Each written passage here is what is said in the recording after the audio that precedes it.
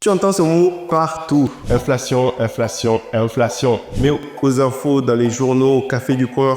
Mais au fond, est-ce que tu sais vraiment ce que ça veut dire et pourquoi tout le monde en parle? Spoiler alerte, l'inflation, ça peut vraiment ruiner ton épargne si tu ne fais rien.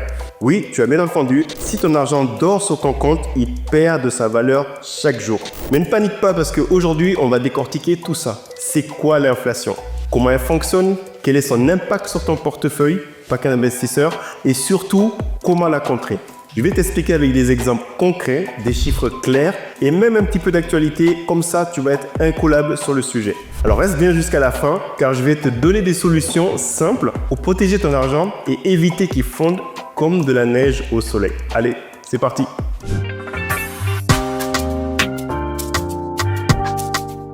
Bonjour et bienvenue sur cette chaîne, je suis Boubacar Diallo, ici on parle de business, investissement et technologie. Je suis entrepreneur moi-même et investisseur depuis 2010, j'ai beaucoup d'histoires à raconter. Mon objectif c'est de t'aider à améliorer ton éducation financière et de devenir un investisseur.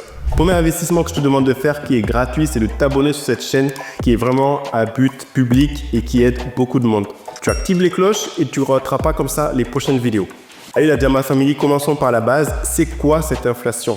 Alors, la définition simple, c'est que l'inflation, c'est l'augmentation générale des prix dans une économie dans la durée. En clair, ce que tu pouvais acheter hier pour 10 euros te coûtera peut-être 11 euros demain. Ton argent perd donc de son pouvoir d'achat. Exemple concret, tu as Malik, 20 ans, qui adore son pain au chocolat à 1 euro. Si l'inflation est de 10%, l'année prochaine, son pain au chocolat coûtera 1,10 euro.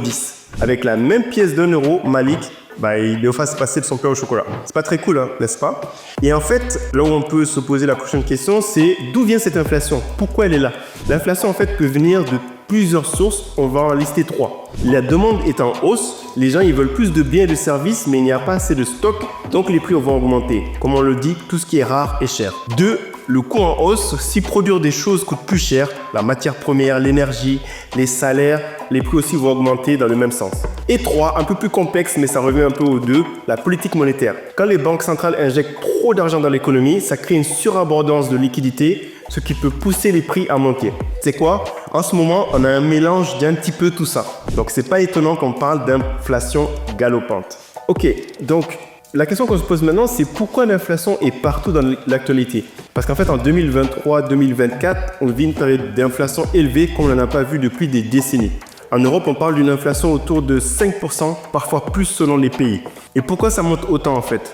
Les prix de l'énergie, tu as sûrement dû le remarquer à la pompe ou sur ta facture EDF, ils ont vraiment explosé. La perturbation mondiale en numéro 2 comme raison, parce qu'il y a eu le Covid, la guerre en Ukraine, ça a augmenté beaucoup les coûts de production. Et en numéro 3, l'argent injecté pendant la crise, pendant la pandémie, en fait, les banques centrales ont imprimé énormément d'argent pour pas que l'économie s'effondre. Tu sais, on avait le bouclier tarifaire, on avait tout un tas de choses pour les entreprises, les PME. Et maintenant, ça se paye. Voilà, tout simplement, c'est les effets de cette politique monétaire-là qu'on ressent. Alors, comme tu le sais, ici, on est sur la chaîne des investisseurs. Donc, concrètement, c'est quoi l'impact de l'inflation sur ton épargne? Alors, un exemple avec Marie qui a 30 ans. Elle a 1000 euros sur son livret A. Le taux d'inflation est de 5%. Son livret A ne rapporte que 3%. Ok? Donc, son argent va perdre de la valeur chaque année. Au bout d'un an, avec 5% d'inflation, ces 1000 euros sur le livret A, qui sont devenus 1030 euros grâce aux intérêts, ne vaudront plus que 980,95 euros en pouvoir d'achat. Ok. Au bout de 5 ans, son livret A affiche 1159,27 euros. Mais une fois corrigé de l'inflation, cela ne représente plus que 908,54 euros en valeur réelle. En seulement 5 ans, elle a perdu plus de 9% de son pouvoir d'achat, soit l'équivalent de 91,46 euros. La moralité, c'est que laisser ton argent dormir sur un livret A en période d'inflation élevée, c'est risqué. Tu ne vois pas la perte directement, mais elle est bien là. Pour protéger ton épargne, il faut chercher des placements qui vont battre l'inflation. C'est ce qu'on parle toujours sur cette chaîne. Ok, alors à présent tu te demandes peut-être, mais qui gère tout ça? C'est tout simplement les banques centrales. Qu'est-ce que c'est une banque centrale? C'est l'organisme qui va contrôler la quantité d'argent en circulation et les taux d'intérêt. En Europe, c'est la Banque Centrale Européenne, BCE, tu as sûrement entendu parler de ça, qui gère tout ça. Et maintenant, les taux directeurs, qu'est-ce que c'est? C'est le taux en fait auquel les banques empruntent de l'argent à la banque centrale. Donc là, on parle des banques privées que tu connais certainement. En gros, c'est la base de tous les taux d'intérêt, crédit immobilier, placement, etc. Comment ça va jouer sur l'inflation? Et c'est ça qui est très important.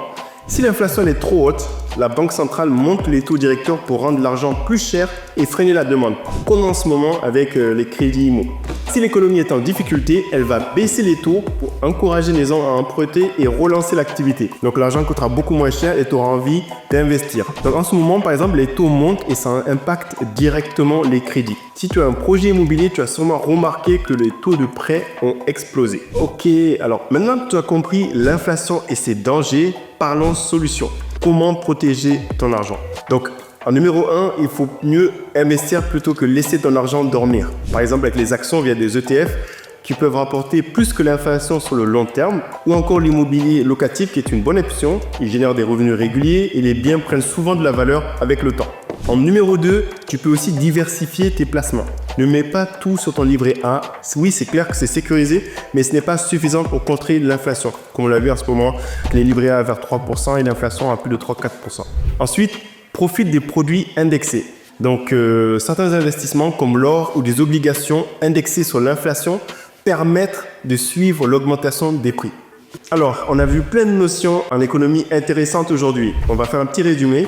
En numéro 1, l'inflation, c'est l'augmentation généralisée des prix dans la durée et ça fait perdre de la valeur à ton argent. Ensuite, elle est particulièrement forte en ce moment à cause des facteurs comme l'énergie et les politiques monétaires récentes, notamment pendant le Covid. Les banques centrales, avec leurs taux directeurs, jouent un rôle crucial pour contrôler l'inflation à la hausse ou à la baisse. Et enfin, pour protéger ton épargne, il faut investir, diversifier et penser à des solutions long terme comme le martèle toujours sur cette chaîne. Et voilà, maintenant tu sais tout sur l'inflation et pourquoi c'est un sujet crucial pour ton portefeuille. Dis-moi en commentaire, est-ce que l'inflation te fait peur? Ou bien, quelle stratégie tu utilises pour la contrer, si tu t'y connais déjà. Et si cette vidéo t'a plu, comme d'habitude, pense à liker, t'abonner, partager à un pote qui ne comprend toujours pas pourquoi son caddie de course coûte une fortune. Et souviens-toi, ton argent doit travailler pour toi, pas l'inverse. Merci pour votre temps, à bientôt et n'oublie pas que tout le monde ne peut pas être entrepreneur, mais tout le monde peut devenir investisseur.